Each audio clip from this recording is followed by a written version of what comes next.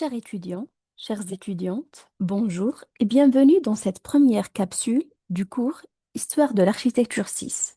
Dans cette capsule, nous allons découvrir comment l'Algérie est passée de la ville coloniale à la ville nationale au lendemain de son indépendance. Le 5 juillet 1962 marque un tournant majeur dans l'histoire de l'Algérie. L'indépendance ouvre une nouvelle page, mais elle soulève également une question essentielle. Comment construire une nation lorsque les villes héritées du passé ont été conçues pour répondre aux besoins de la colonisation? Dans cette capsule, nous allons comprendre les principaux défis auxquels l'Algérie a dû faire face pour transformer la ville coloniale en une ville nationale. À l'issue de cette capsule, vous serez capable d'atteindre l'objectif spécifique suivant. Identifier les caractéristiques architecturales et urbaines du bâti hérité de la période coloniale en 1962.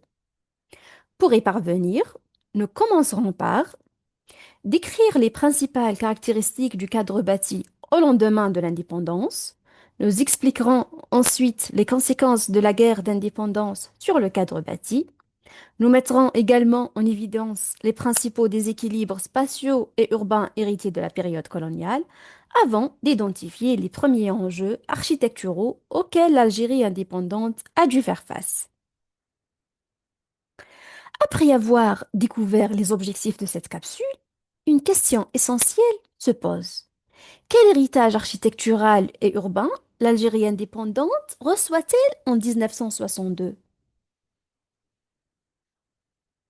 Pour comprendre l'évolution de l'architecture algérienne, il est d'abord nécessaire de connaître la situation de départ. Commençons donc par dresser un diagnostic du cadre bâti hérité de la période coloniale afin d'identifier les principaux enjeux architecturaux et urbains auxquels le pays est confronté. Le diagnostic du cadre bâti hérité de la période coloniale met en évidence quatre constats majeurs.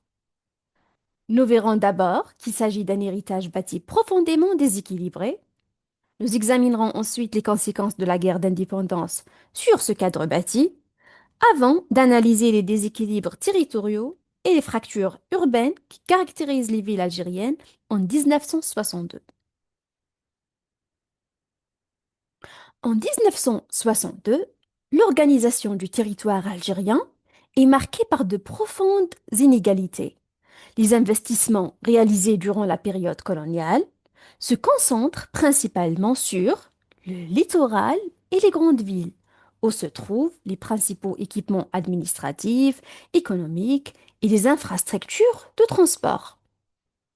En revanche, les hauts plateaux et le sud restent faiblement urbanisés et insuffisamment équipés.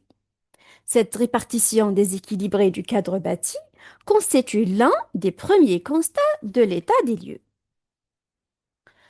Au-delà de ces déséquilibres hérités de la période coloniale, la guerre d'indépendance a considérablement fragilisé le cadre bâti. De nombreux tissus urbains et ruraux ont été détruits ou gravement endommagés par le conflit, notamment ceux occupés par la population algérienne. La guerre a également touché les infrastructures essentielles au fonctionnement du territoire, telles que les routes, les ponts, les réseaux d'eau et d'assainissement, ainsi que les équipements publics, notamment les écoles, les dispensaires, rendant donc difficile la continuité de la vie urbaine et rurale au lendemain de l'indépendance. À cela s'ajoute le départ massif de la population européenne, laissant vacants de nombreux logements, équipements publics et locaux administratifs. À l'échelle du territoire national, l'Algérie indépendante hérite d'importants déséquilibres spatiaux. Les principales fonctions administratives, industrielles et sanitaires sont concentrées dans les grandes villes du Nord, notamment Alger, qui regroupe à elle seule 40% du personnel médical, ainsi qu'une grande partie des activités industrielles.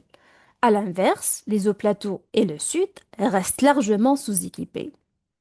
Cette fracture apparaît clairement dans le domaine de la santé. Alors qu'Alger dispose d'un médecin pour 1000 habitants, certaines régions de l'intérieur n'en comptent qu'un pour 45 000 habitants. Ces écarts illustrent un développement territorial profondément inégal.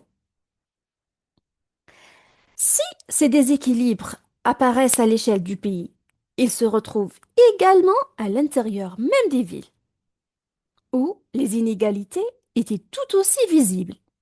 Les quartiers européens bénéficient d'infrastructures modernes et d'un urbanisme organisé, tandis que les quartiers algériens restaient sous-équipés et souvent marqués par l'habitat précaire. Cette ségrégation spatiale favorisait le développement des bidonvilles et révélait deux réalités urbaines qui coexistaient sans réellement se rencontrer. Malgré ces difficultés, l'Algérie hérite également de techniques modernes de construction, notamment le béton armé, la préfabrication et plusieurs chantiers en cours de réalisation. Cependant, le départ massif des architectes, ingénieurs et techniciens européens prive le pays des compétences nécessaires pour poursuivre ses projets. Le jeune État dispose donc d'outils modernes, mais manque de cadres qualifiés pour les exploiter. Après avoir dressé ce diagnostic, deux grands enjeux apparaissent. Le premier est de répondre à l'urgence, construire rapidement des logements et des équipements publics pour accompagner la croissance de la population. Le second est plus symbolique, définir une architecture capable de représenter l'identité de la nouvelle nation. L'Algérie doit ainsi trouver un équilibre entre l'héritage bâti de la période coloniale et la volonté de créer une architecture qui lui soit propre. Nous arrivons maintenant à la fin de cette capsule. Nous avons vu qu'en 1962, l'Algérie hérite d'un cadre bâti profondément déséquilibré, fragilisé par la guerre d'indépendance et marqué par de fortes inégalités spatiales et urbaines. Le jeune État doit ainsi faire face à des besoins immenses en logement, en équipement et en infrastructures, tout en construisant une identité architecturale adaptée aux réalités du pays. Comprendre cet état des lieux est indispensable, car il constitue le point de départ de toutes les politiques architecturales et urbaines qui seront mises en œuvre après l'indépendance et qu'on va voir dans les prochains cours. Donc, dans la prochaine capsule, nous découvrirons comment l'Algérie a tenté de répondre à ces défis à travers ses premières politiques de reconstruction et de développement.